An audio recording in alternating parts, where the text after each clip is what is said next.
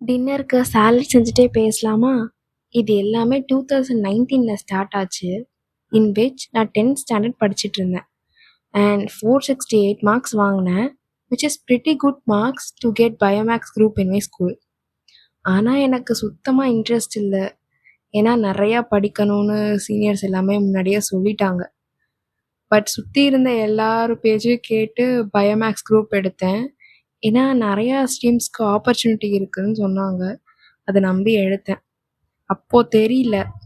தென் ஒரு 1 மந்த்லேயே தெரிஞ்சிருச்சு.